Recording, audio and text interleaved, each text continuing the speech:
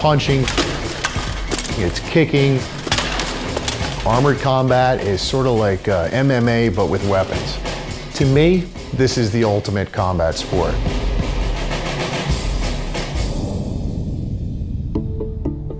My name is Andre Sanu. I'm the co-founder of the Armored Combat League. I'm the captain of the national sword fighting team, the USA Knights. Our form of armored combat started a little over 4 years ago. It came to our ears that there were some people over in Europe that were doing this, and we had to build a United States team and try to be competitive with the world. Most of the arms and armor that we use comes from the late 14th and early 15th century Western Europe. Now there's some other armors, but the best bang for the buck is usually late 14th century, early 15th century armor. It's kind of counterintuitive, but if you're wearing decent armor and you get hit with a sword, half the time you don't even know you've been hit. If you played football, you've done a rougher thing. It's a brawl. I mean, there's no doubt about it. You're going out there and you're brawling. Just like in rugby or football, you've got to have a plan when you go out there. The flankers end up with 3 people on them, and you end up with 2. Now, melees are a lot more intense. Those rules are you fight until submission or until you put somebody down to the ground. There's no typical person for armored combat. You've got people from all walks of life, whether it's some sort of martial arts or football or rugby. There's some history buffs too. And they'll fight and fight and fight, and they'll give everything to the point of exhaustion. That's what makes a winner. It's all here. These guys will go hard at each other. They're gonna be swinging as hard as they can. They're trying to knock you down. They're trying to get you to submit.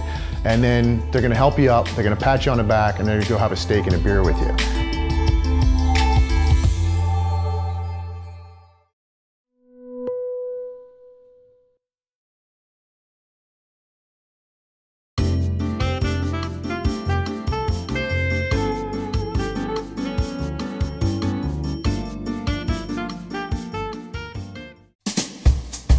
When I'm juggling, I feel like I have a superpower. To me, it's just an amazing feeling to keep lots of things in the air and to keep these big patterns going.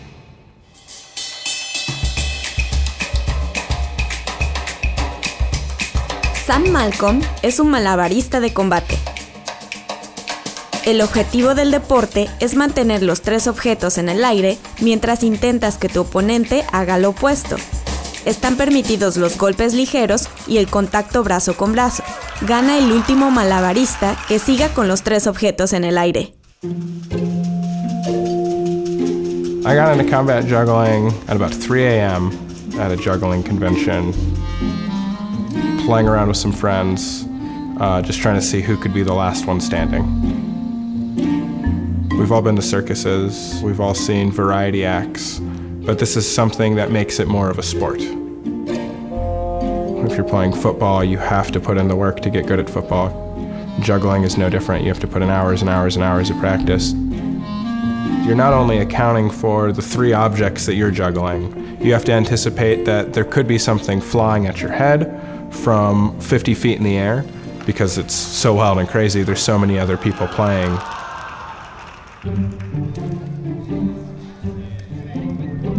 I warm up for combat juggling. I jump rope for about 10 minutes. I work on balancing things on my head and on my face.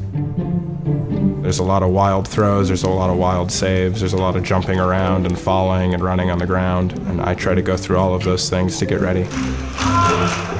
You see incredible plays by people like Steph Curry or LeBron James. I can look at those people and tell you like they'd be great jugglers because they have that awareness over their body. It's something new and exciting and fresh. It's something fun. It's something different. So I'm optimistic that it'll grow and become something really great.